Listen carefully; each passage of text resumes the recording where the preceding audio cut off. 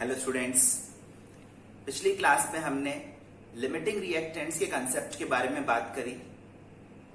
किसी रिएक्शन के दौरान जो रिएक्टेंट सबसे पहले खत्म हो जाता है उसको लिमिटिंग रिएक्टेंट कहते हैं। अगर हम रिएक्शन को 100% कंप्लीट होता हुआ अज्यूम करें, 100% टुवर्ड्स द प्रोडक्ट साइड जाता हुआ अज्यूम करें, तब जो रिएक्टेंट सबसे पहले खत्म हो पाएगा और उसके खत्म होने से रिएक्शन रुक जाएगी, ऐसे रिएक्टेंट को अपन बोलते हैं लिमिटिंग रिएक्टेंट। और बाकी जो रिएक्टेंट्स बच जाते हैं, पार्शियली अनकंज्यूम्ड रह जाते हैं, उनको अपन बोलते हैं एक्सेस रिएक्टेंट्स या रिएक्टेंट्स इन एक्सेस। प्रोडक्ट कितना बनेगा और रिएक्टेंट्स कितना बचेंगे, ये कैलकुलेशंस लिमिटिंग रिएक्टेंट के बेसिस पर की जाती है। इसीलिए लिमिटिंग रिएक्टेंट पहचानना जरूरी है। लिमिटिंग रिएक्टेंट पहचानने के 3 सिंपल मेथड्स मैंने आपको लास्ट टाइम बताए थे। एक मेथड में हम एक पर्टिकुलर प्रोडक्ट का अमाउंट सभी रिएक्टेंट से फाइंड करते थे इंडिविजुअली। हर रिएक्टेंट को खत्म कराते हुए एक गिवन प्रोडक्ट का अमाउंट फाइंड करते थे। जिस रिएक्टेंट से प्रोडक्ट का अमाउंट सबसे कम आए वो है लिमिटिंग रिएक्टेंट। इस प्रोसेस में हमें प्रोडक्ट का अमाउंट भी मिल जाता था। दूसरे मेथड में हमने इनिशियल मोल्स के नीचे चेंज इन मोल्स लिखे थे इन टर्म्स ऑफ एक्स, और फिर फाइनल मोल्स लिखे हर सब्सटेंस के again in terms of x, और फिर रिएक्टेंट्स के मोल्स 0 के इक्वेट किए एक एक करके। जिस रिएक्टेंट के कोरिस्पॉन्डिंग एक्स की value least I, minimum I, वही था लिमिटिंग रिएक्टेंट। और ये जो लीस्ट वैल्यू ऑफ एक्स थी, इसको अगर हम फाइनल मोल्स वाले रो में रीसब्स्टिट्यूट कर दें तो हमें सभी सब्सटेंसेस के फाइनल मोल्स भी मिल जाते थे। तो ये भी एक काफी सिस्टमैटिक मेथड था। इसके अलावा एक तीसरा आसान मेथड है कि आप इनिशियल मोल्स ऑफ रिएक्टेंट्स को उनके स्टोइशियोमेट्रिक कोफिशिएंट से डिवाइड करें। जिस रिएक्टेंट के लिए initial moles bye coefficient ratio least आएगा वो है लिमिटिंग रिएक्टेंट। और ये लीस्ट रेशियो हम आगे की कैलकुलेशंस में यूज कर सकते हैं। इस लीस्ट रेशियो को आप किसी प्रोडक्ट या रिएक्टेंट के कोफिशिएंट से मल्टीप्लाई करोगे तो आपको मोल्स ऑफ प्रोडक्ट फॉर्म्ड या मोल्स ऑफ रिएक्टेंट कंज्यूम्ड मिल जाएंगे। ध्यान रहे, स्टोइशियोमेट्री हमें हमेशा चेंज ही बताती है। कितने मोल्स प्रोडक्ट के बने और कितने मोल्स रिएक्टेंट के कंज्यूम हुए, इसी को स्टोइशियोमेट्रिक कैलकुलेशन कहते हैं। चलिए आज लिमिटिंग रिएक्टेंट के कंसेप्ट पर बेस्ड कुछ क्वेश्चंस करते हैं और भी कुछ मिसेलेनियस टाइप्स के क्वेश्चंस सॉल्व करने की प्रैक्टिस करते हैं। पहला क्वेश्चन जो हमारे सामने है, हर क्वेश्चन आपको भी ट्राई करना है। ट्राई करने के लिए आप वीडियो पॉज भी कर सकते हैं, फिर अपना एक अटेम्प्ट करें और फिर अपने अटेम्प्ट को, अपने मेथड को मेरे मेथड के साथ कंपेयर करें। हो सकता है आपका मेथड भी अच्छा हो, फिर भी मेरा मेथड सीखने की कोशिश करें। और अगर गलती हुई है तो उस गलती को पहचानें कि वो क्यों हुई है, कहां हुई है। यहां पर एक कंपाउंड हेलोथेन को बनाने के बारे में बात की जा रही है, जो कि एनेस्थेटिक गैस होता है, एनेस्थीसिया देने में काम आता है। हेलोथेन कंपाउंड जो है उसके मॉलिक्यूल का स्ट्रक्चर ये है CHClBr CF3। ये इसका स्ट्रक्चरल फॉर्मूला है। इसको बनाना है और हमारे पास जो स्टार्टिंग मटेरियल है वो ये है 30 मोल कार्बन एटम्स, 20 मोल H2, 15 मोल F2, 12 मोल क्लोरीन और ये 10 मोल ब्रोमीन के हैं। ये करेक्शन करिए, ये 10 मोल्स ब्रोमीन के हैं, ठीक है। तो ये स्टार्टिंग मटेरियल है और ये प्रोडक्ट है। इस क्वेश्चन में डिफरेंट बात यह है कि आपको रिएक्शन लिखकर नहीं दी। हर बार रिएक्शन आपको लिखकर दी जाए ये जरूरी नहीं है। कई बार क्वेश्चन की लैंग्वेज से हमें रिएक्शन खुद लिखनी पड़ेगी, ठीक है। तो यहां पर रिएक्शन क्वेश्चन ने एक्चुअली रिएक्टेंट्स बता दिए और प्रोडक्ट भी बता दिया। इसके बाद तो हम रिएक्शन लिख ही सकते हैं। रिएक्टेंट्स हैं carbon, hydrogen, fluorine, chlorine and bromine. और इससे बनेगा ये हेलोथेन। इसका अगर सिर्फ मॉलिक्यूलर फॉर्मूला लिखें तो C2H ClBrF3, इस तरह से लिख सकते हैं। उसके बाद ये रिएक्शन हमें बैलेंस करनी है। कुछ लोग ये सोचते हैं कि जो 30, 20, 15, 12 एंड 10 लिखा हुआ है ये इन सब्सटेंसेस के कोफिशिएंट्स हैं। 30 कार्बन का कोफिशिएंट है, 20 H2 का कोफिशिएंट है। ध्यान रहे ऐसा नहीं है। अगर ऐसे कोफिशिएंट लोगे तो रिएक्शन बैलेंस भी नहीं हो पाएगी। आप देखेंगे ये तो इनके इनिशियल अमाउंट्स हैं, ये इनिशियल अमाउंट्स हैं। इनके कोफिशिएंट्स तो हमें फाइंड करने पड़ेंगे रिएक्शन को बैलेंस करके। ठीक है, सबसे पहले मैं यहां पर 2 से मल्टीप्लाई कर देता हूं उसकी कोफिशिएंट को, ताकि H2, Cl2 और Br2 इनके लिए बैलेंसिंग हो जाए। यहां पर 2 लगाते ही हाइड्रोजन का नंबर बैलेंस हो गया, क्लोरीन एटम्स का नंबर बैलेंस हो गया और ब्रोमीन एटम्स का नंबर भी बैलेंस हो गया। उसके बाद आप देखेंगे कि यहाँ पर 6 फ्लोरीन एटम्स आ रहे हैं, जिसके कोरिस्पॉन्डिंग मुझे यहाँ पर 3F2 लगाना पड़ेगा। 4 कार्बन एटम्स आ रहे हैं, जिसकी कोरिस्पॉन्डिंग यहाँ पर 4 लगाएंगे। अब ये रिएक्शन बैलेंस हो चुकी है, दोनों तरफ 4 carbon atoms, 2 hydrogen, 6 fluorine, 2 chlorine और 2 ब्रोमीन एटम्स आपको दिखाई देंगे। ठीक है, T इज इक्वल टू 0 का मतलब होता है इनिशियल कंडीशन या initial moles. T is equal to 0 का मतलब at the beginning of the reaction हमारे पास क्या क्या है। We have 30 moles of carbon, 20 moles of hydrogen, 15 mole fluorine gas, 12 mole chlorine and 10 mole bromine. Obviously we don't have halothane in the beginning, यही halothane है। अब यहां पर जब सारे रिएक्टेंट्स के अमाउंट्स हमें गिवन है, तो हमें लिमिटिंग रिएक्टेंट आइडेंटिफाई करना होगा। ये बात ध्यान रखो, जब भी क्वेश्चन में सभी रिएक्टेंट्स के अमाउंट्स गिवन हो, एक से ज्यादा रिएक्टेंट्स के अमाउंट्स गिवन हो, तो आपको लिमिटिंग रिएक्टेंट पहचानने के बारे में सोचना चाहिए। उसको पहचानने के 3 मेथड्स मैंने आपको बताए थे। फिलहाल इस क्वेश्चन में इनिशियल मोल्स बाय कोफिशिएंट वाला मेथड ज्यादा आसान रहेगा, ऐसा मुझे लग रहा है, और मैंने अपने जजमेंट के अकॉर्डिंग फिर moles bye coefficient ratios find किए। 30/4, 20/1, 15/3, 12/1, 10/1। ये आ रहा है 7.5, ये 20, ये 5, ये 12 और ये 10। ये तो है मोल्स अपॉन कोफिशिएंट रेशियोज। यहां से आप किस नंबर को उठाना चाहोगे? हम least moles bye coefficient ratio use करना चाहेंगे। ये है लीस्ट रेशियो 5 और ये मिला है फ्लोरीन के लिए। That means fluorine is the limiting reactant. इतना ही नहीं है, लीस्ट रेशियो भी हमारे काम की वैल्यू है। इसको किसी प्रोडक्ट के कोफिशिएंट से मल्टीप्लाई करने पर मोल्स ऑफ प्रोडक्ट फॉर्म्ड मिल जाएंगे।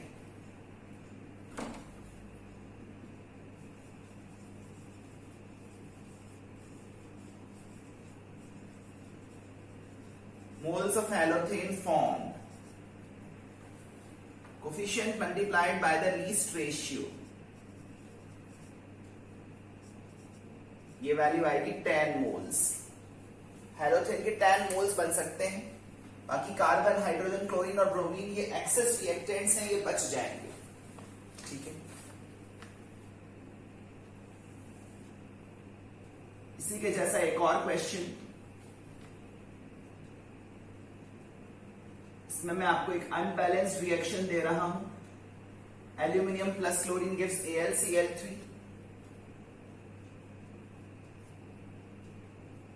एल्यूमिनियम इनिशियली 1.5 मोल है और chlorine 3 moles.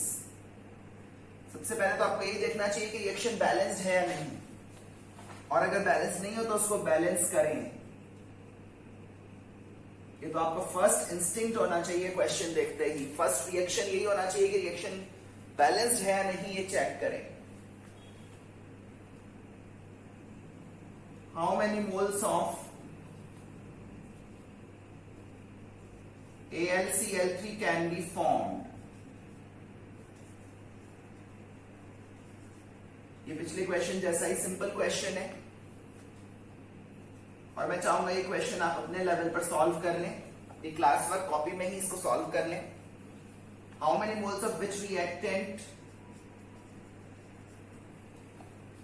Remain at the end of the reaction?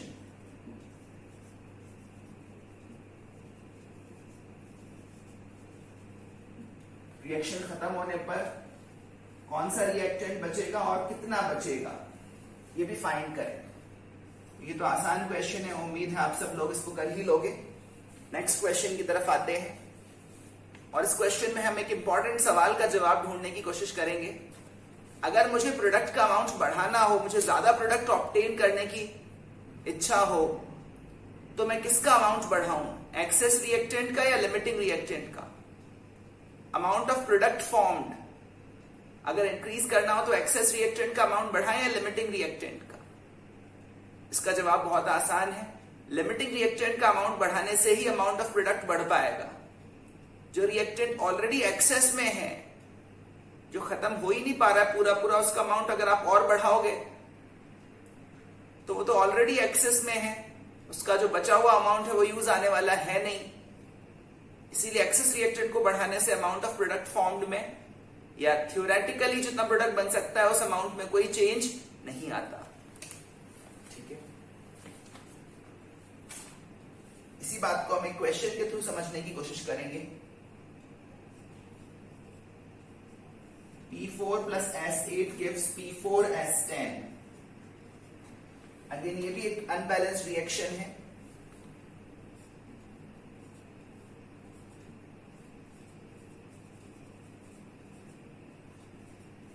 जिसमें इनिशियल अमाउंट्स दिए हुए हैं दोनों रिएक्टेंट्स के,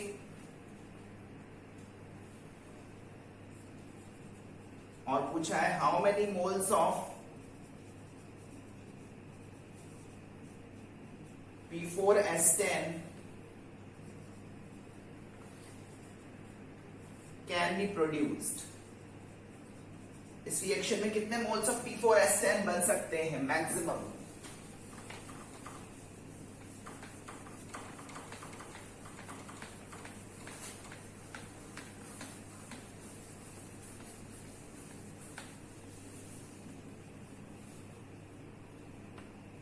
एंड इसी क्वेश्चन का एक एक्सटेंशन और है।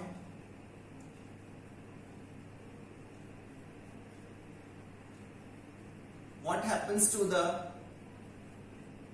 potential yield?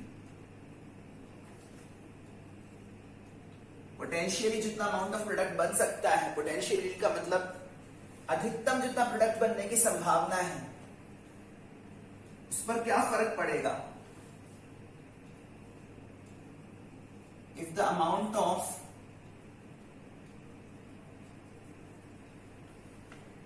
A P4 is doubled or B S8 is doubled, ये दोनों पार्ट्स इंडिपेंडेंट हैं। मतलब जब P4 को डबल कर रहे हैं तब S8 को कांस्टेंट बना के रखा है, ओरिजिनल अमाउंट पे बना के रखा है, और जब S8 को डबल किया है तो P4 को ओरिजिनल अमाउंट पे बना के रखा है। ये दोनों पार्ट्स अलग अलग हैं। सवाल यही है कि प्रोडक्ट का जो अमाउंट है वो P4S10 का अमाउंट बढ़ाने से बढ़ेगा या फिर S8 का अमाउंट बढ़ाने से बढ़ेगा। ठीक है, ये इनिशियल अमाउंट से सबसे पहले तो इन इनिशियल अमाउंट से P4S10 कितना बन सकता है वो बताएं, और फिर वो जो चेंजेस कर रहे हैं उसके बाद किसका असर P4S10 का अमाउंट बढ़ाने में आएगा ये भी फाइंड करना है। चलिए करके देखते हैं। सबसे पहले तो रिएक्शन बैलेंस करें।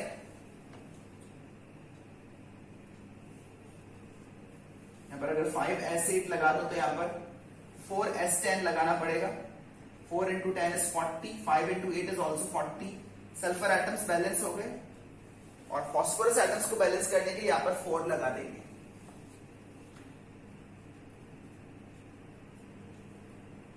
सबसे पहला काम है रिएक्शन को बैलेंस करना by a simple hit and trial method.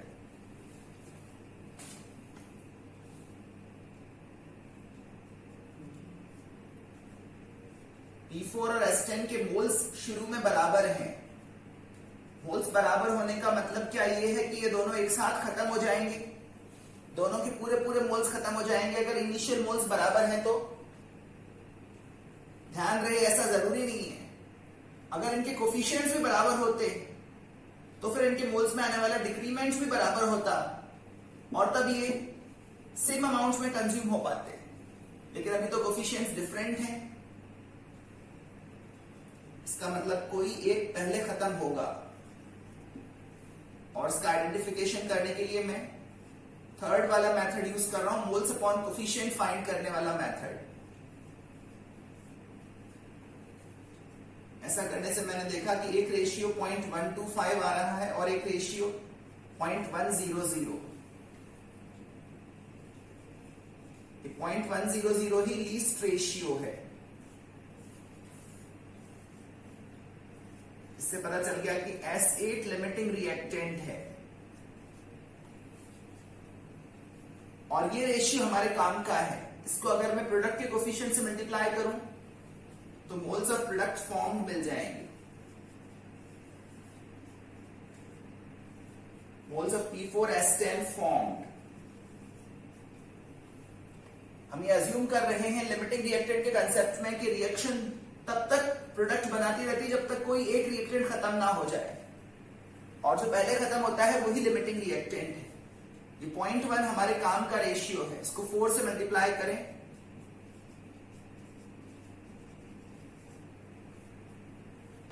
P4S10 0.4 moles बनेगा। ये तो फर्स्ट पार्ट का आंसर है। अब इसके सेकंड पार्ट पर आते हैं। पोटेंशियल यील्ड पर क्या फर्क पड़ेगा? पोटेंशियली जितना प्रोडक्ट बन सकता है उस अमाउंट पर क्या फर्क पड़ेगा अगर P4 का अमाउंट डबल कर दें या फिर S8 का अमाउंट डबल कर दें? तो सबसे पहले देखो कि P4 तो एक्सेस रिएक्टेंट है, S8 लिमिटिंग रिएक्टेंट है। जो एक्सेस में है उसका अमाउंट बढ़ाने से पोटेंशियल यील्ड पर कोई फर्क नहीं पड़ेगा।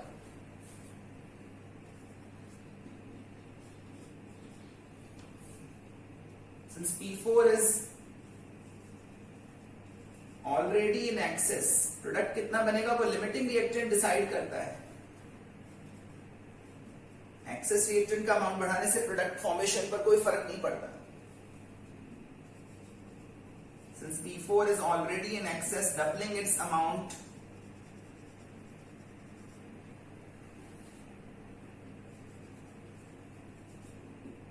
won't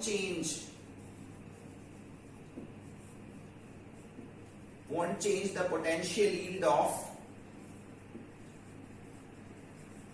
P4S10. P4S10 कितना बन सकता है उस अमाउंट पर? P4 का अमाउंट डबल करने से कोई इफेक्ट नहीं आएगा, लेकिन S8 का अमाउंट चेंज करने से प्रोडक्ट फॉर्मेशन चेंज होगी। लिमिटिंग रिएक्टेंट का अमाउंट बढ़ाने से प्रोडक्ट के अमाउंट पर फर्क पड़ता है, प्रोडक्ट का अमाउंट बढ़ता है। क्या हम ये भी कह दें कि लिमिटिंग रिएक्टेंट का अमाउंट डबल करेंगे तो प्रोडक्ट फॉर्मेशन भी डबल हो जाएगी? ये तो डायरेक्टली क्लेम नहीं कर सकते, पर इतना जरूर है कि लिमिटिंग रिएक्टेंट का अमाउंट बढ़ाने से प्रोडक्ट फॉर्मेशन बढ़ती है। लिमिटिंग रिएक्टेंट का अमाउंट डबल करने से प्रोडक्ट फॉर्मेशन डबल हो जाती। अगर अमाउंट डबल करने के बाद भी यही लिमिटिंग रिएक्टेंट बना रहता, पर दिमाग लगाओ, इसका अमाउंट डबल करने के बाद जरूरी नहीं है कि ये लिमिटिंग रिएक्टेंट बना ही रहे। लिमिटिंग रिएक्टेंट बनने पर इसका कोई जन्म सिद्ध अधिकार नहीं है। इसका अमाउंट डबल करने के बाद हो सकता है ये स्टोइशियोमेट्रिक एक्सेस में हो जाए और P4 लिमिटिंग रिएक्टेंट हो जाए, तो फिर प्रोडक्ट का अमाउंट P4 डिसाइड करने लगेगा। ठीक है, तो प्रोडक्ट का अमाउंट डबल हो ही जाएगा ऐसा नहीं कह सकते। हाँ, लिमिटिंग रिएक्टेंट का अमाउंट बढ़ाने से प्रोडक्ट का अमाउंट बढ़ेगा इतना जरूर कह सकते।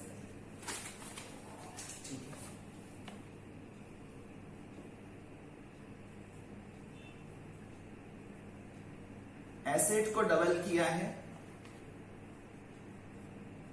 इस नई सिचुएशन में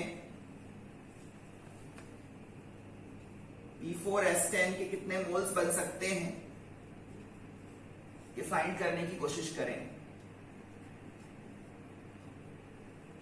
इनिशियल मोल्स अब 0.5 और 1 हैं P4 और S8 के। लिमिटिंग रिएक्टेंट की पहचान करने के लिए हमने इनिशियल मोल्स को कोफिशिएंट से डिवाइड किया, 0.5 को 4 से और 1 को 5 से। ऐसा करने पर रेशियो मिला 0.125 एंड 0.2 रिस्पेक्टिवली। अब देखो इनमें से लीस्ट वैल्यू कौन सी है। 0.125 इज द लीस्ट रेशियो और अब P4 लिमिटिंग रिएक्टेंट है।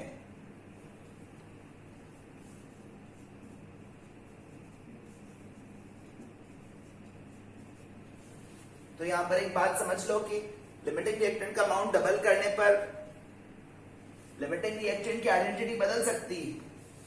डबल करने से पहले एसिड लिमिटिंग रिएक्टेंट था, लेकिन अमाउंट डबल करने के बाद अब P4 लिमिटिंग रिएक्टेंट है और प्रोडक्ट का अमाउंट P4 से डिसाइड होगा।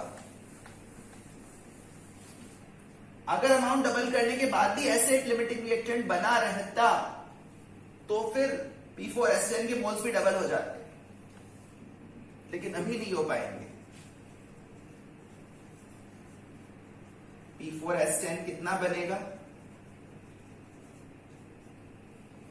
Least ratio multiplied by coefficient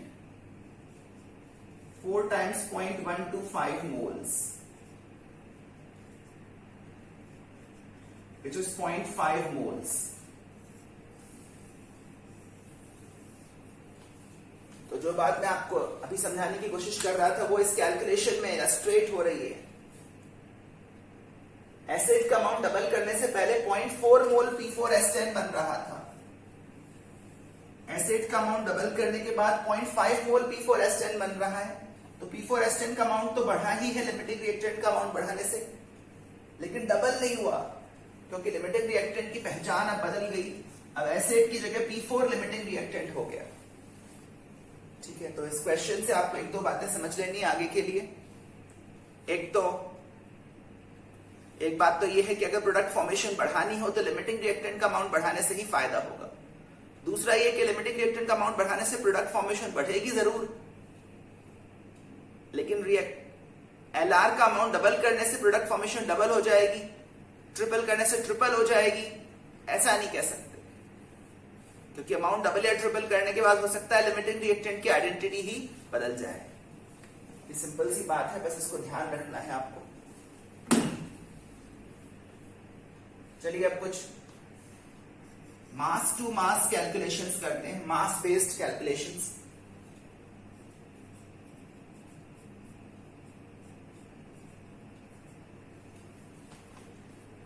sodium की रिएक्शन Al2O3 से हो रही है, ये एक रिडॉक्स रिएक्शन है।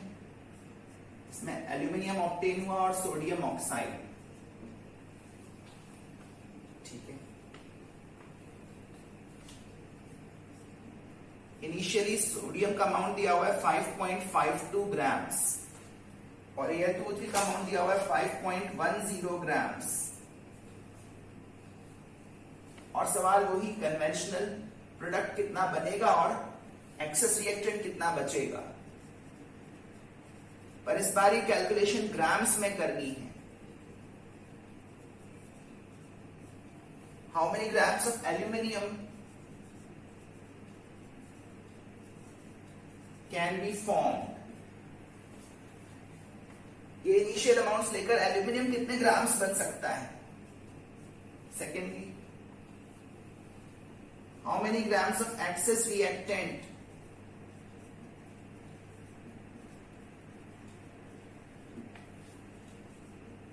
remain at the end of the reaction. Reaction खत्म होने पर एक्सेस रिएक्टेंट कितना बचा और एल्यूमिनियम कितना बना, ये फाइंड करना है। ठीक है, इस क्वेश्चन में कैलकुलेशन प्रीवियस क्वेश्चंस के कंपैरिजन में थोड़ी ज्यादा है और थोड़ी ज्यादा कैलकुलेशन जिन क्वेश्चंस में हो उनमें सेकंड वाला मेथड ज्यादा कन्वीनियंट है, ज्यादा सिस्टमैटिक है, ज्यादा एक्यूरेट भी है। मतलब उसमें एक्यूरेसी मेंटेन रहने की संभावना ज्यादा है। ठीक है, but first things first, and what is the first thing? To balance the reaction. Reaction कैसे बैलेंस हो पाएगी? अगर दोनों में 2 लगाऊं तो एल्यूमिनियम का नंबर बैलेंस हो गया। जो एक एक जगह हो दोनों जगह उसको पहले बैलेंस कर लेना चाहिए। वैसे तो यहाँ पर तीनों सब्सटेंसेस ही एक एक जगह दिख रहे हैं, Na यहाँ, Na2O यहाँ, ठीक है। तो यहाँ 2 एल्यूमिनियम एटम्स हैं, यहाँ 3 ऑक्सीजन एटम है, उसकी कोरिस्पॉन्डिंग यहाँ 3 लगाना पड़ेगा, और उसके बाद सोडियम के फ्रंट में 6, ठीक है। ऐसा करते ही ये रिएक्शन अब बैलेंस हो चुकी है।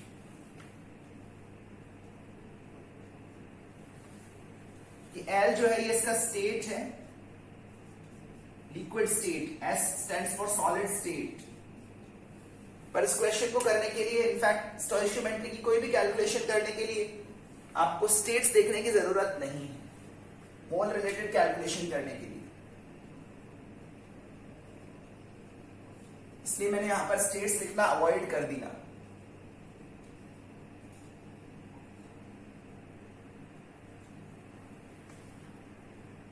ठीक है,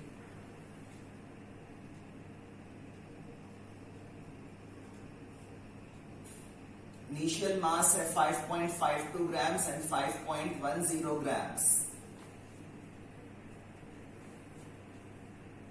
इसको बदले इनिशियल मोल्स में। सारे रास्ते मोल्स के थ्रू ही गुजरते हैं, तो आप समझते हो। यहां पर हम सेकंड मेथड यूज कर रहे हैं। सेकंड मेथड के स्टेप्स को माइंड में थोड़ा बिठा लो।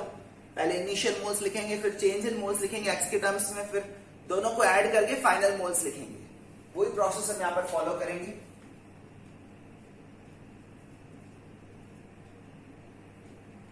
Mass upon molar mass which is 23। Al2O3 के लिए मोलर मास इज 102। इनके इनिशियल मोल्स 0 हैं। देखिए ये वैल्यूज क्या आ रही है। 23 से डिवाइड अगर करें तो 0.24 आएगा, और ये डिवीजन अगर करें तो 0.05 आएगा। ये मोल्स मिल गए। इन दोनों के मोल्स शुरू में 0 है। उसके बाद change in moles in terms of x. उस चेंज को लिखने के लिए आप एक सेपरेट रो भी बना सकते हो, या फिर इस तरह के डाउनवर्ड पॉइंटिंग एरोज बनाकर उनके अलोंग चेंज लिख सकते हो। कोफिशिएंट को देखते हो, एक्स को कोफिशिएंट से मल्टीप्लाई करना है और एक करेक्ट साइन लगाना है। रिएक्टेंट के लिए माइनस लगाना है और प्रोडक्ट के लिए प्लस। रिएक्शन फॉरवर्ड जा रही है, ठीक है। इसका कोफिशिएंट 1 है तो इसके लिए चेंज -x, इसका 2 है तो इसके लिए +2x, Na2O के लिए +3x। तो ये हो गया change in moles. Initial moles में चेंज इन मोल्स ऐड कर दे तो फाइनल मोल्स मिल जाएंगे, ठीक है। 0.24 - 6x, 0.05 - x, 2x and 3x।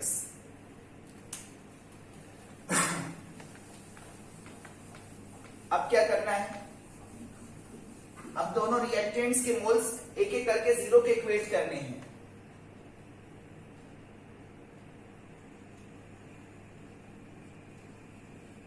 और सोडियम टू बी कंज्यूम्ड, अगर सोडियम को पहले खत्म होना है तो 0.24 - 6x 0 हो जाएगा। ऐसा होने पर x की वैल्यू आएगी 0.04। इतनी लैंग्वेज आपको हर बार लिखने की जरूरत नहीं है, आप डायरेक्टली इसी के नीचे इनको 0 पे इक्वेट कर सकते हैं। लेकिन एक बार सिस्टमैटिकली दिखाने के लिए मैं अलग से लिख रहा हूं। For aluminium oxide to be consumed first,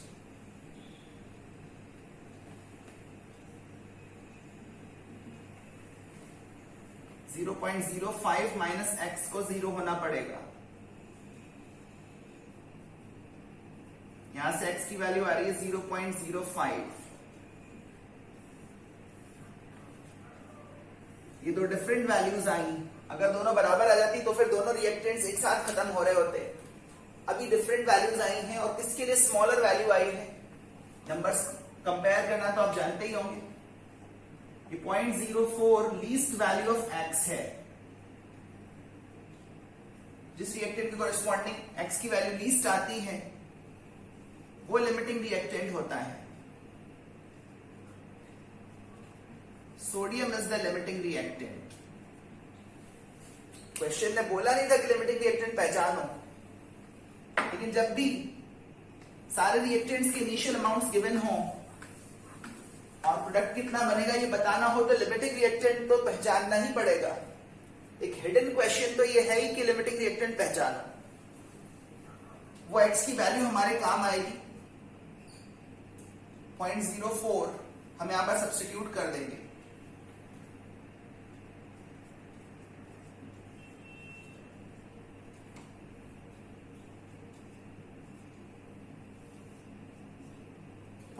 substitute करने से सोडियम के मोल्स 0, Al2O3 के मोल्स 0.01, 0.05 माइनस 0.04, 0.04 इंटू 2, 0.08, 0.04 इंटू 3, 0.12। ये सभी सब्सटेंसेस के फाइनल मोल्स हैं और फाइनल मोल्स को अगर हम मोलर मास से मल्टीप्लाई करें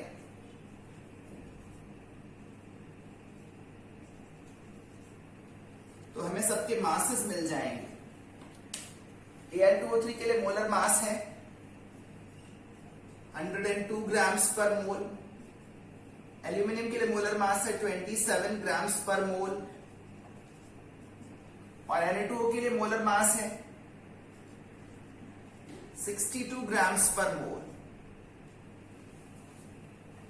तो पहले मास को मोल्स में बदला, फिर लिमिटिंग रिएक्टेंट पहचाना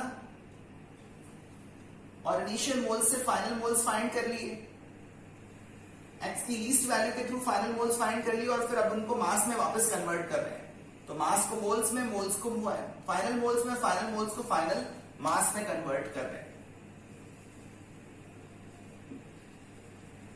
तो देखने वाली बात यह है कि प्रोसेस काफी सिस्टमैटिक है, सेट स्टेप्स हैं जिनको फॉलो करने पर आपको आंसर मिलेगा ही मिलेगा। इसका अमाउंट 0 हो चुका है, इसका तो मास भी 0। Al2O3 जो बचेगा वो 1.02 ग्राम है। 27 इंटू 8 कितना होता है, 216।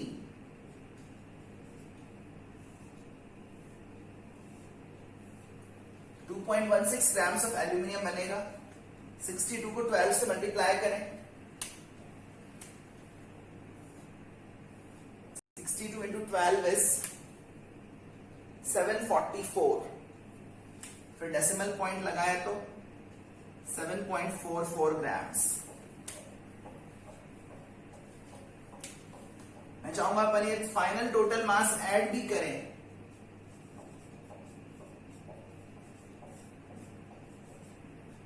फाइनल टोटल मास ऐड करें 2.16 तो 7.14, 7.44 को अगर ऐड करें तो 9.6 आ रहा है। 9.6 में ये चीज ऐड करें 10.62 ग्राम्स आ रहा है। और फिर इनिशियल टोटल मास को ऐड करें, इनिशियली प्रेजेंट सब्सटेंसेस के टोटल मास को ऐड करें, वो भी 10.62 ग्राम्स आ रहा है। तो initial total mass equals final total mass. Mass remains conserved, ये भी इस क्वेश्चन से समझ में आ रहा है। तो ये एग्जैक्ट अप्रोच है और आप लोगों को भी अप्रोच फॉलो करना आना चाहिए। लेंथियर कैलकुलेशंस में ये वाला मेथड ज्यादा अच्छा है, एक्स अज्यूम करने वाला। यही मेथड इक्विलिब्रियम चैप्टर में, केमिकल इक्विलिब्रियम चैप्टर में भी हमें काफी यूजफुल लगेगा। वहां पर हम चेंज इन कॉन्सेंट्रेशंस लिखा करेंगे इन टर्म्स ऑफ एक्स। चलिए एक और क्वेश्चन करते हैं। चलिए तो एक और क्वेश्चन है हमारे सामने, पिछले क्वेश्चन जैसा ही है। सारे रिएक्टेंट्स के इनिशियल मासेस दिए हुए हैं और एक प्रोडक्ट B2H6 कितना बनेगा ये बताना है और एक्सेस रिएक्टेंट्स कितना बचेंगे ये भी बताना है। वही कन्वेंशनल क्वेश्चन, ठीक है। क्वेश्चन को करने के लिए बोरॉन का एटॉमिक मास 10.8 U है, ऐसा यूज कर सकते हैं। एल्यूमिनियम का 27 और हाइड्रोजन का 1। ये थोड़ा सा लेंथी कैलकुलेशन वाले क्वेश्चंस हैं, और ऐसे क्वेश्चंस में वो सेकंड मेथड जो है वो सिस्टमैटिक है। उसको अगर आप फॉलो करें तो 4-5 स्टेप्स के बाद आपको आंसर मिलेगा ही मिलेगा। चलिए वही सेकंड मेथड यहां पर फिर से यूज करते हैं।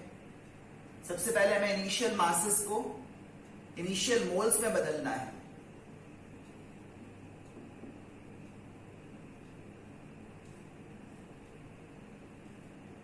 मासेस को मोलर मासेस से डिवाइड करें।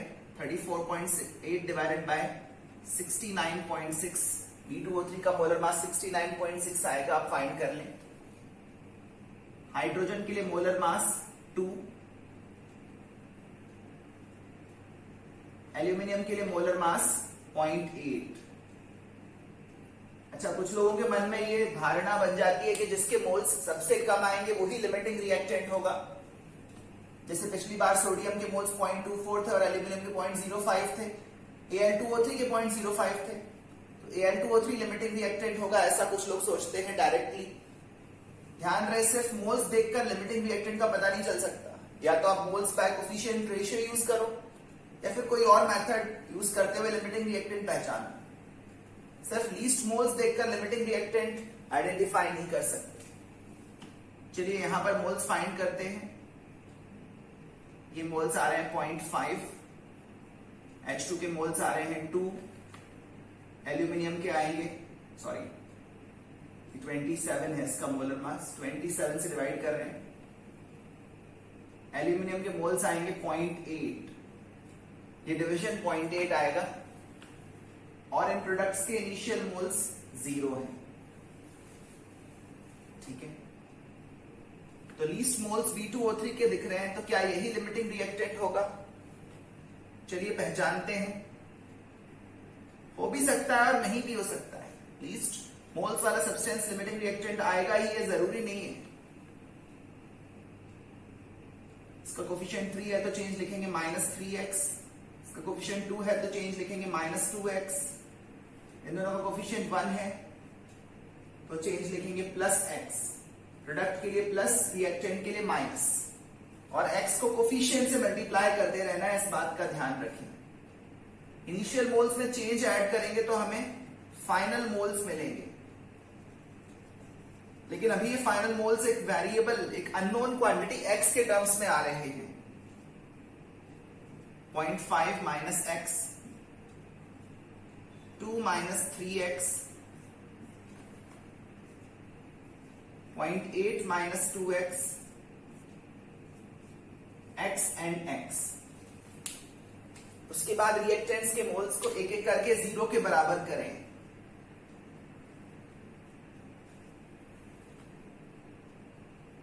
एक केस में x की वैल्यू 0.5 मिल रही है, एक के लिए x की वैल्यू 0.667 मिल रही है, 2/3 is 0.667, और एक के लिए x की वैल्यू 0.4 मिल रही है।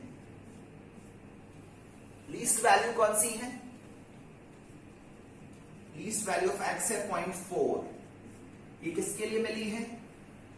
एल्यूमिनियम के लिए। ये सारी कैलकुलेशंस एल्यूमिनियम के लिए हो रही थी। इसका मतलब एल्यूमिनियम है लिमिटिंग रिएक्टेंट। जिस सब्सटेंस का मास या मोल्स कम हो वो लिमिटिंग रिएक्टेंट हो, ये जरूरी नहीं है। एल्यूमिनियम सबसे पहले खत्म होगा और प्रोडक्ट फॉर्मेशन को रोकेगा। अब ये जो लीस्ट वैल्यू ऑफ x है, ये हम इस टेबल में वापस सब्स्टिट्यूट कर देंगे सभी जगह, तो हमें सबके फाइनल मोल्स मिल जाएंगे। तो एक्चुअल फाइनल मोल्स अब मिलने वाले हैं, assuming 100% completion of reaction.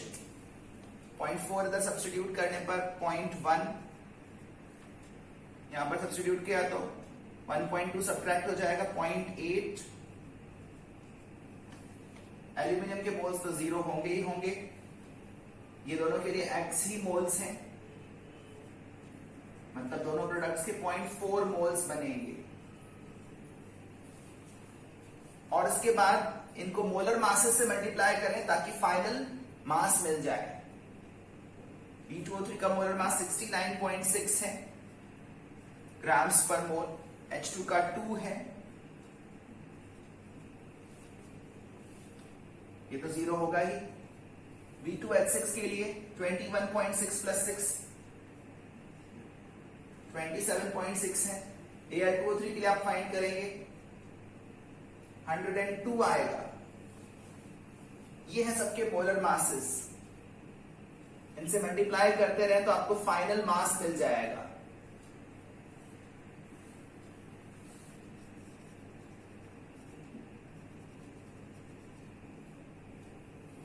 Grams में B2O3 बचेगा 6.96 ग्राम्स, हाइड्रोजन बचेगा 1.6 ग्राम्स, एल्यूमिनियम बचेगा नहीं, उसका फाइनल मास 0 है। और ये प्रोडक्ट भी करें, 6 into 4 is 24, 28 plus 2 30, ये 11.04 आएगा और ये 40.8 आएगा। यहां पर भी आप चाहे तो law of conservation of mass को चेक कर सकते हैं। शुरू में प्रेजेंट सारे रिएक्टेंट्स और प्रोडक्ट्स का जो सम आ रहा है मासेस का, मास टोटल इनिशियल ऐड करके देखें, 34.8 plus 21.6 is 56.4 और इसमें 4 ऐड किया तो 60.4। ऐसा ही एक एडिशन यहां करें, 6.96 और 11.04 को अगर ऐड करेंगे तो 18 आएगा, 18 में 1.6 ऐड करेंगे तो 19.6 आएगा, 19.6 में 40.8 ऐड करेंगे तो 60.4 ही आएगा। यहां से भी आप ऐड करके देख सकते हैं। Total mass final is also 60.4. Just to verify the law of conservation of mass and also to be sure that our calculations are correct. जितना क्वेश्चन ने हमसे पूछा था उससे ज्यादा ही कैलकुलेशन, ज्यादा ही अमाउंट हमने यहां पर बता दी है। क्वेश्चन ने सिर्फ B2H6 का अमाउंट पूछा था, हमने Al2O3 का अमाउंट भी बता दिया। तो 11.04 ग्राम्स ऑफ डायबोरेन बनेगा। और कौन बचेगा और कितना बचेगा? 6.96 ग्राम B2O3 and 1.6 gram hydrogen remain at the end of the reaction. Reaction खत्म होने पर ये बचेंगे, इतने अमाउंट्स बचेंगे। ठीक,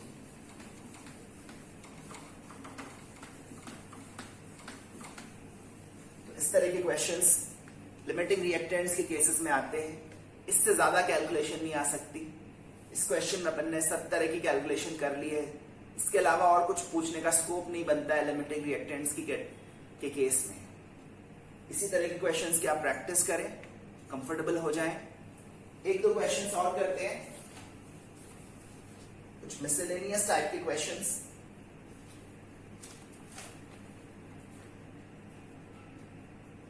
slightly challenging questions. Equal weights of phosphorus and oxygen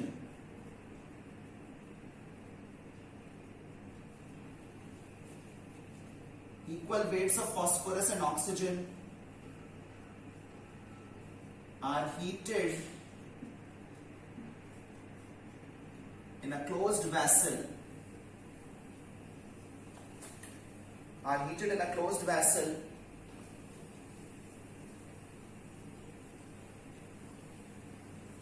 producing P4O6 and P4O10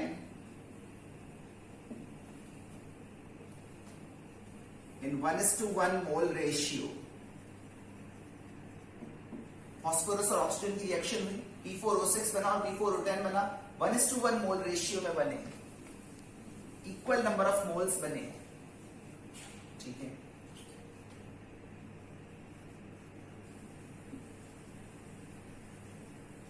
If the limiting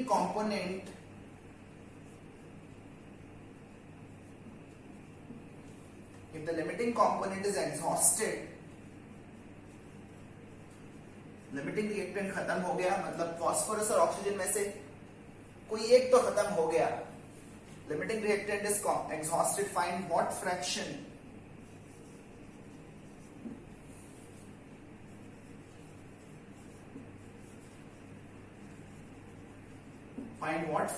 of which component is left over.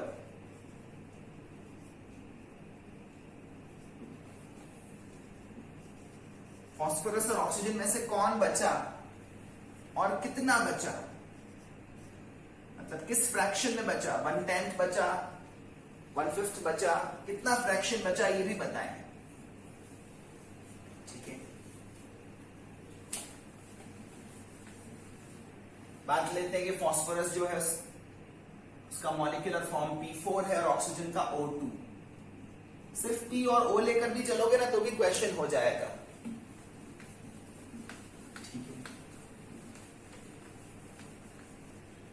Phosphorus और oxygen की रिएक्शन हुई, P4O6 और P4O10 बना। P4O6 और P4O10 का बनना वैसे दो अलग अलग रिएक्शंस हैं, ठीक है। एक ही कंटेनर में ये दोनों रिएक्शंस हो रही हैं। P4 + 3O2 gives P4O6 and P4 + 5O2 gives P4O10। वैसे तो ये दोनों रिएक्शंस अलग अलग हैं, लेकिन क्वेश्चन ने हमें बताया है कि ये P4O6 और P4O10 1:1 मोल रेशियो में बन रहे हैं, 1:1 मोल रेशियो में बन रहे हैं। इस फैक्ट का यूज करते हुए हम इन रिएक्शंस को ऐड भी कर सकते हैं, इन दोनों का कोफिशिएंट 1 और 1 रखते हुए। अगर हम इन दोनों रिएक्शंस को ऐड कर देंगे और इनके कोफिशिएंट्स 1 और 1 ही रहेंगे तो ये इंश्योर हो जाएगा कि ये 1:1 मोल रेशियो में बने, ठीक है। वैसे तो P4O6 और P4O10 का प्रोडक्शन अलग अलग रिएक्शंस में हो रहा है, और अगर क्वेश्चन ये नहीं बोलता कि ये 1:1 मोल रेशियो में बन रहे हैं तो हम इन रिएक्शंस को ऐड नहीं करते, क्योंकि ये अलग अलग रिएक्शंस होती, इंडिपेंडेंट रिएक्शंस होती। लेकिन क्वेश्चन ने इन दोनों के मोल्स का रेशियो 1:1 बताया है, इस वजह से हम इनको ऐड कर सकते हैं। Since P4O6 and P4O10 are being formed in 1:1 mole ratio, 1:1 mole ratio में बन रहे हैं, इसी वजह से we can add the two reactions and write, दोनों रिएक्शंस को ऐड करके इस तरह से लिख सकते हैं, 2P4 + 8O2 gives P4O6 + P4O10। Add करने के बाद अब ये इंश्योर हो गया, कंपलसरी हो गया कि ये 1:1 के रेशियो में ही बनेंगे। अगर इसका 1 मोल बनेगा तो उसका 1 मोल बनेगा, अगर इसके 10 मोल्स बनेंगे तो उसकी भी 10 मोल्स बनेंगे। अब ये शर्त अकोमोडेट हो चुकी है इस रिएक्शन में, ठीक है। क्वेश्चन ने बोला है कि 1:1 रेशियो में बन रहा है, इसलिए अपन ऐसा मान रहे हैं, अदरवाइज अपनी मर्जी से हम ये नहीं मान सकते थे कि ये बराबर बराबर बनेंगे, क्योंकि ये दोनों अलग अलग रिएक्शंस हैं, दोनों के रेट्स भी अलग होंगे।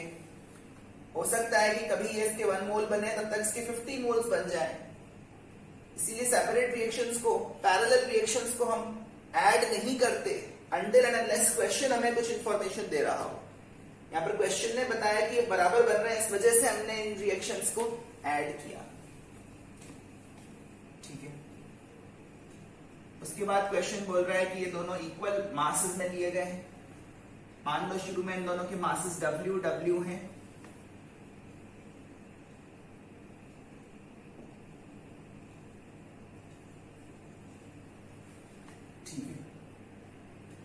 अगर इनके मास WW है तो फिर इनको मोल्स में कन्वर्ट कर सकते हैं,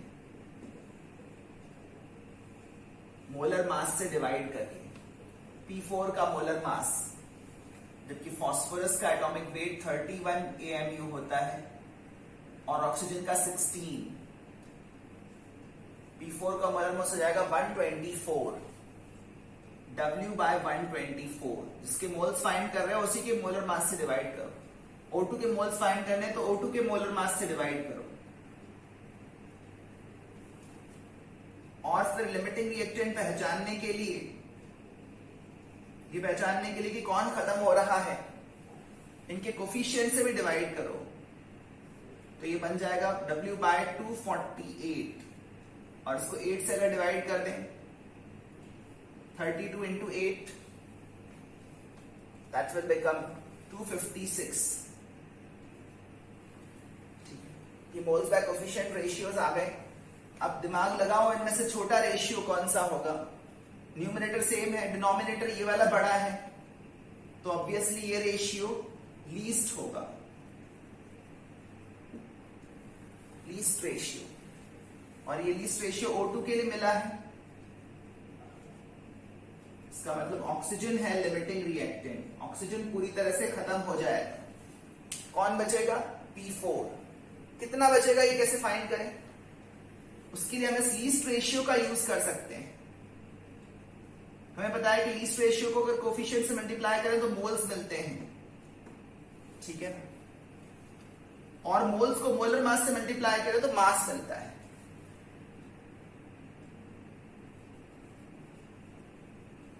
तो ग्राम्स ऑफ P4 कंज्यूम्ड,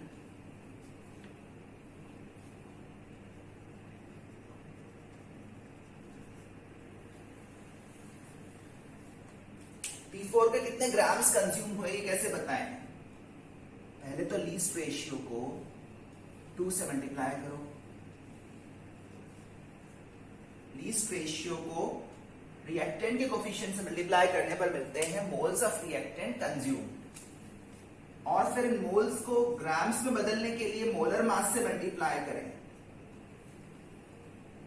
ठीक है? तो ये ग्राम्स कंज्यूम्ड आ गया। ये डिवीजन करोगे तो 128 आएगा और ये 124 by 128 है, जिसको सिंप्लीफाई करने पर आएगा 31 by 32 W। लीस्ट रेशियो को कोफिशिएंट से मल्टीप्लाई किया तो मोल्स कंज्यूम्ड मिले, मोल्स कंज्यूम्ड को मोलर मास से मल्टीप्लाई किया तो मास कंज्यूम्ड मिला। तो W P4 लेकर चले थे, उसमें से 31 by 32 W कंज्यूम हो चुका है। तो कितना बचा है? Grams of P4 remaining,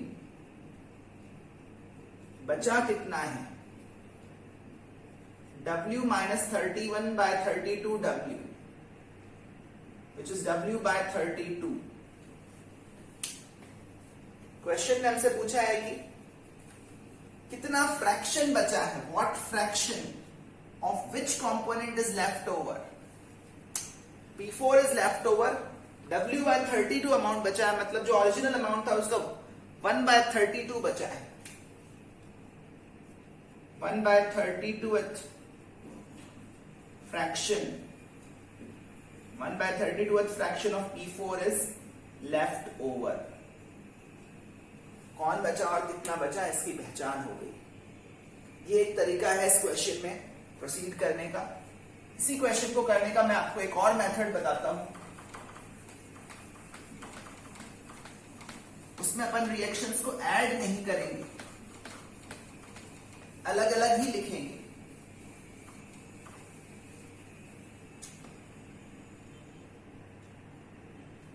alternatively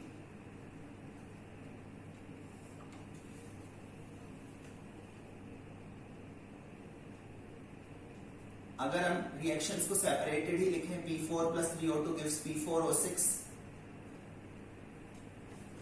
and P4 plus 5O2 gives P4O10। लेकिन ये कंडीशन तो अप्लाई करनी पड़ेगी कि इनके बराबर मोल्स बन रहे हैं। एक सिंपल एनालिसिस के लिए मैं अज्यूम कर लेता हूं कि इन दोनों की 1 मोल्स बन रही है। कोई बोलेगा 1 मोल्स ही बन रहे हैं, आपको कैसे पता? 5 मोल्स भी तो बन सकते हैं। कितना भी बने, मोल्स दोनों का बराबर बनेगा। 1 एक सिंपल नंबर है, 1 अज्यूम करके हमारी एनालिसिस आसान हो जाएगी। पहले 1 मोल अज्यूम करके एनालिसिस करके देखते हैं, फिर आपको समझ में आएगा कि 1 की जगह कुछ और भी अज्यूम करते तो भी आंसर सेम ही आता। Let 1 mole each of P4O6 and P4O10 is formed. मान लिया कि दोनों के 1 मोल्स बनेंगे।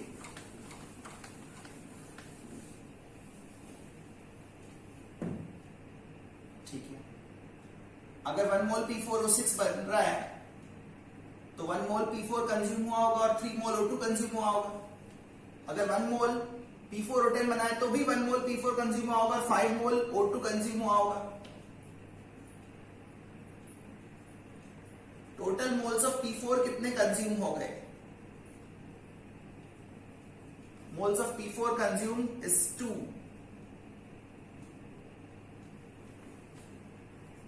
1 मोल P4O6 बनाने में और 1 मोल P4O10 बनाने में। और O2 के कितने मोल्स कंज्यूम हो गए?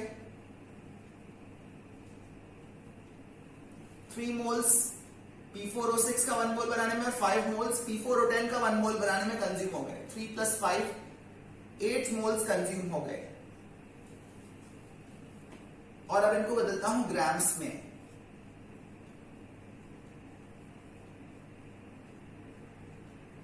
ध्यान से सोचना, थोड़ा दिमाग लगाना पड़ेगा।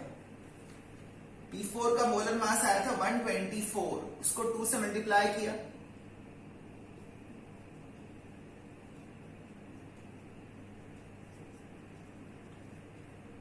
तो 248 ग्राम्स P4 कंज्यूम हुआ है, ये पता चला।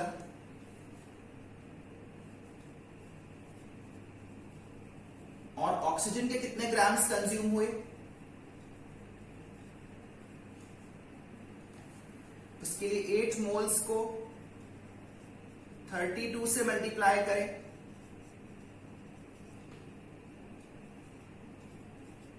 तो आएगा 256 ग्राम। कुल मिलाकर नतीजा ये निकला कि अगर 1 मोल बनाना हो P4O6 का और P4O10 का भी तो 248 ग्राम्स ऑफ P4 कंज्यूम होता है और 256 ग्राम्स ऑफ O2 कंज्यूम होता है। और क्वेश्चन के अकॉर्डिंग जो लिमिटिंग रिएक्टेंट है वो खत्म हो गया है। P4 और O2 दोनों का मास शुरू में बराबर था। P4 और O2 दोनों का मास शुरू में बराबर था। P4 248 ग्राम्स कंज्यूम हुआ और O2 256 ग्राम्स कंज्यूम हुआ है। तो खत्म कौन हो जाएगा? ठंडे दिमाग से सोचो। शुरू में दोनों के मासेस बराबर थे, क्वेश्चन लिख दिया हुआ है। अभी ये 248 ग्राम्स कंज्यूम हुआ है, ये 256 ग्राम्स कंज्यूम हुआ है, तो खत्म कौन हो जाएगा? ऑब्वियसली जो ज्यादा कंज्यूम हो रहा है वही खत्म हो जाएगा। ठीक है, जैसे दो फ्रेंड्स ने अपनी बाइक में सेम अमाउंट ऑफ पेट्रोल भरवाया। सपोज 4-4 लीटर पेट्रोल दोनों ने अपनी बाइक में भरवाया है। तो शुरू में पेट्रोल का अमाउंट बराबर है। किसका पेट्रोल पहले खत्म होगा? जिसका पेट्रोल ज्यादा कंज्यूम होगा उसका पहले खत्म होगा, या जिसका कम कंज्यूम होगा वो पहले खत्म होगा? जिसका ज्यादा कंज्यूम होगा वही पहले खत्म होगा।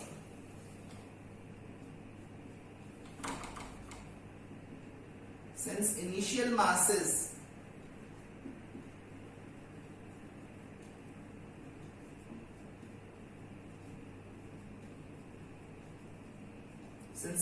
masses of P4 and O2 were the same and O2 is consumed more, O2 ज्यादा कंज्यूम हुआ है, it implies that O2 is the limiting reactant. यही पहले खत्म हो जाएगा। जो पहले खत्म होता है वही लिमिटिंग रिएक्टेंट है। And P4 is in excess. इतना ही नहीं, हमें यह भी पता चल रहा है कि दोनों के शुरुआती मासेस 256 ग्राम्स रहे होंगे। 256 ग्राम दोनों का मास रहा होगा, तभी तो O2 खत्म हो पाया। और 256 में से 248 ग्राम ही P4 के खत्म हुए, इस वजह से P4 बच गया। तो यहां से मुझे ग्राम्स ऑफ P4 रिमेनिंग पता चल रहा है। 256 माइनस 248, 8 ग्राम P4 बच रहा है। कितने में से? 8 ग्राम P4 बच रहा है आउट ऑफ 256 ग्राम्स।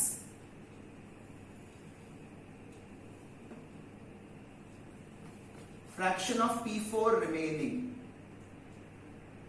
तो P4 कितना फ्रैक्शन बचा? उसका जवाब है 8 ग्राम्स अपॉन 256 ग्राम्स। ये रेशियो भी आप देखेंगे 1/32 है। ठीक है, तो ये ऑल्टरनेट मेथड है जिसके थ्रू हम बता सकते हैं कि 1/32 फ्रैक्शन ऑफ P4 बच रहा है। 31/32 फ्रैक्शन कंज्यूम हो चुका है।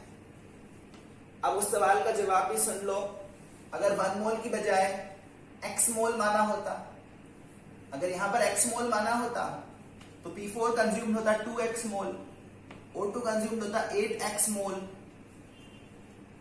ठीक है, P4 का ग्राम्स आते 248x, O2 के ग्राम्स कंज्यूम आते 256x, रिमेनिंग ग्राम्स आते 8x और फ्रैक्शन रिमेनिंग आता है 8x अपॉन 256x, और फिर x ऊपर नीचे क्या हो जाता? कैंसिल। इसी वजह से मैंने 1 मोल लिया। 1 मोल लेने से अपन को x कैरी नहीं करना पड़ा। 1 एक सिंपल नंबर है और उसके चलते हमारी कैलकुलेशन आसान हो गई। तो 1 मोल इस तरह के क्वेश्चन में अज्यूम करने में कोई गलती नहीं है। उम्मीद है ये क्वेश्चन करना आपको समझ में आ रहा है। एक क्वेश्चन मैं आपको एज होमवर्क दे रहा हूं, इसको आप अपने लेवल पर करिएगा। आप चाहें तो इसका सोल्यूशन भी मुझे भेजकर वेरीफाई करवा सकते हैं। नेक्स्ट क्लास में इसका सोल्यूशन डिस्कस करते हुए फिर हम आगे बढ़ेंगे। एक मैग्नीशियम एल्यूमिनियम का अलॉय है,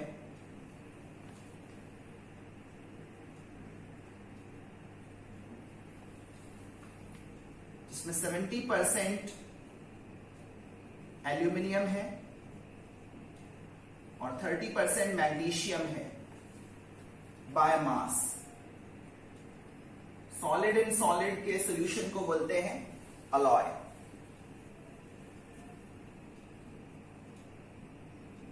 how many grams of hydrogen gas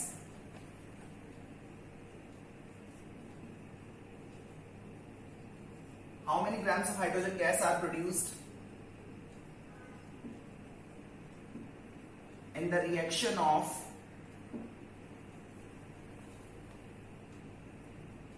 a 0.810 gram sample, reaction of 0.810 gram sample of this alloy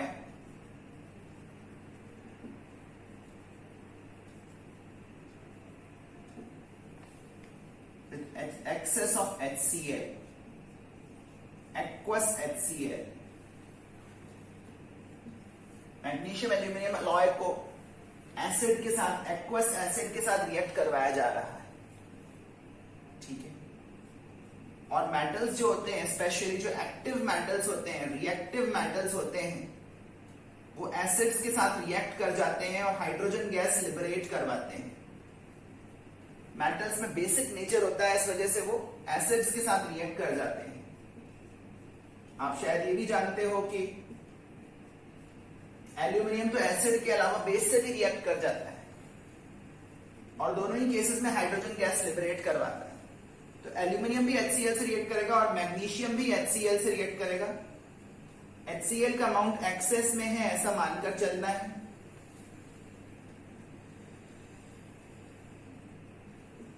reactions भी मैंने आपके सामने लिख दी हैं, पर आप देख सकते हैं ये बैलेंस रिएक्शंस नहीं है। रिएक्शंस को बैलेंस करके आपको बताना है कि हाइड्रोजन गैस टोटल कितनी बनेगी। क्वेश्चन को करने के लिए आप एल्यूमिनियम का एटॉमिक मास 27 और मैग्नीशियम का एटॉमिक मास 24.3 यूज करें और कितने ग्राम्स हाइड्रोजन बनेगा ये इवैल्यूएट करें। ठीक है, आगे बढ़ते हुए अब हमें थोड़ी सी बात एक्चुअल यील्ड और थ्योरेटिकल यील्ड के फर्क के बारे में करनी है और फिर हम कॉन्सेंट्रेशन यूनिट्स की तरफ आएंगे। कुछ इंपॉर्टेंट यूनिट्स ऑफ कॉन्सेंट्रेशन जो सॉल्यूशन का कॉम्पोजिशन बताने के काम आती है, सॉल्यूशन में कौन कितने अमाउंट में है ये बताने के काम आती है। ऐसी इंपॉर्टेंट कॉन्सेंट्रेशन यूनिट्स के बारे में चर्चा करेंगे जैसे molarity, molality, mole fraction, percentage by mass. इन पर कुछ डिस्कशन करेंगे and that will end the chapter in 2 और 3 क्लासेस। उसके बाद हम एटॉमिक स्ट्रक्चर चैप्टर स्टार्ट करेंगे। फिलहाल आज के लिए इतना ही। Thank you very much.